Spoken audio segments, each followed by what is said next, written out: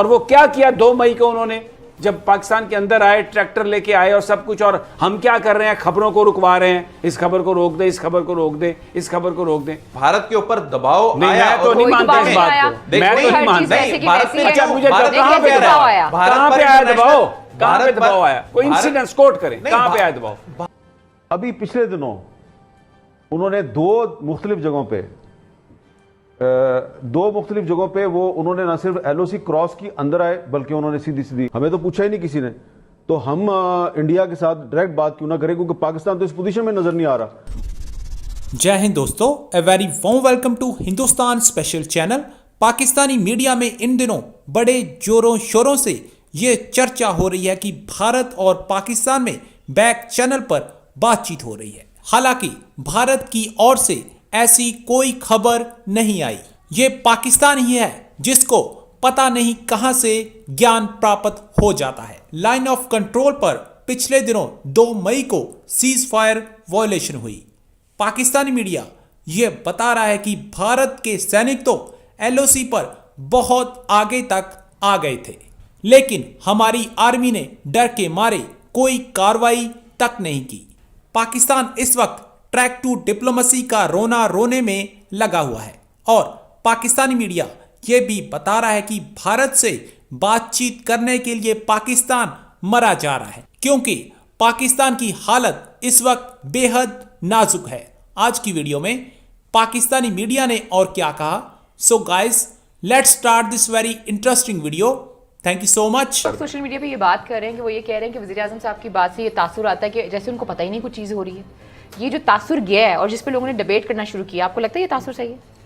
یہ تاثر نقصان دہ ہے, اس میں کوئی شک نہیں ہے. یہ تاثر نقصان دہ ہے, اور یہ تاثر پیدا ہوا ہے تو سمیع صاحب جیسے جہاندیدہ جو شخص ہیں, تجزیہ کار ہیں, انہوں نے یہ بات رکھی ہے. یہ تاثر نہیں ہونا چاہیے تھا. آپ نے کہا کہ پاکستان نے کہاں گیو اپ کیا. بھائی 4 مہینے پہلے آپ کہہ رہے ہیں مودی ایک فیشسٹ ہے, 4 مہینے آپ کہہ رہے ہیں پہلے کہ یہ آر ایس ایس جو ہے اس کی جو سوچ ہے وہ اس خطے کو جنگ میں لے کے جا رہی ہے.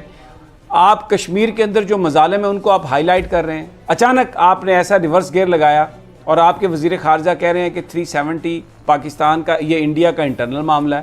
پھر اس کے بعد آپ یہ کہہ رہے ہیں کہ جی 370 کو چھوڑیں, 35A جو ہے وہ یعنی جو جس آپ سیٹلمنٹ کی بات کر رہے ہیں, 1.5 لاکھ سے زیادہ وہ ڈومیسائل ایشو کر چکے ہیں بھارت والے. وہاں پر انہوں نے اس کی آبادی کو, مسلم آبادی کو اقلیت میں تبدیل کرنے کے لیے عملی طور پر وہ کام کر رہے ہیں, اور یہاں پاکستان میں آپ لالی پاپ دے رہے ہیں. اگر آپ 370 سے اگر یہ آپ کا ایشو نہیں ہے تو, اور وہ کہتے ہیں کہ وہ انٹرنل ایشو ہے, تو 35A تو بھارت کا کس قانون کے تحت آپ روکیں گے؟ 35A کی تو بنیاد ہی 370 ہے. تو یہ تو لالی پاپ ہے نا سارے کا سارا, کہ جی وہ سیٹلمنٹ سے رک جائیں گے. کیسے سیٹلمنٹ سے رکیں گے؟ اور وہ کیا کیا 2 مئی کو انہوں نے جب پاکستان کے اندر آئے, ٹریکٹر لے کے آئے اور سب کچھ, اور ہم کیا کر رہے ہیں, خبروں کو رکوا رہے ہیں, اس خبر کو روک دیں, اس خبر کو روک دیں, اس خبر کو روک دیں.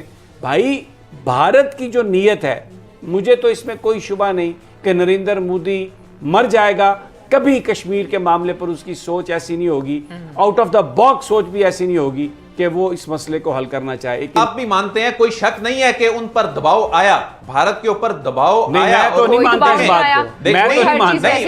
اچھا مجھے کہاں پہ آیا, کہاں پہ آیا دباؤ, کہاں پہ دباؤ آیا, کوئی انسیڈنٹس کوٹ کریں, کہاں پہ آیا دباؤ. بھارت چاہ رہا ہے یہ ٹاکس, پاکستان نہیں چاہ رہا. کہاں پہ انڈیکیشن؟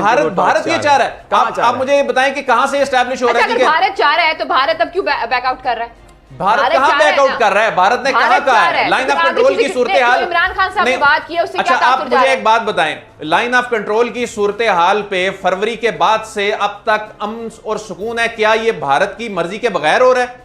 یہ کیسے ہو رہا ہے سارا؟ تو لیکن ان کو تو فائدہ ہے نا اس بات کا. بات اگر مان لی جائے تو پھر اسی طرح ایکسپوز کرتے رہتے ہیں میڈیا پر بیٹھ کر, اور یا دوسرا حل یہ ہے کہ جنگ لگا دیتے ہیں. جنگ کر سکتے ہیں آپ, متحمل ہو سکتے ہیں دونوں ملک. اس کا حل یہی ہے, الٹیمیٹلی مذاکرات ہیں. الٹیمیٹلی تو سمیع صاحب, الٹیمیٹلی تو مذاکرات سے ہی ہونا ہے نا, اور مذاکرات سے پہلے ٹریک 2 ہونے ہیں, اور ٹریک 2 ہو رہے ہیں. اس میں کوئی ابنارمل بات نہیں ہے. آپ کو اس میں کوئی ابنارمل لگ رہی ہے تو وہ بتائیں آپ. ہمیں باتیں چل رہی ہیں, اچانک انڈیا پاکستان ٹاکس کے اوپر جب یہ سیز فائر اناؤنس ہوا تو اس کے بعد ہم نے دیکھا کہ اگلی دن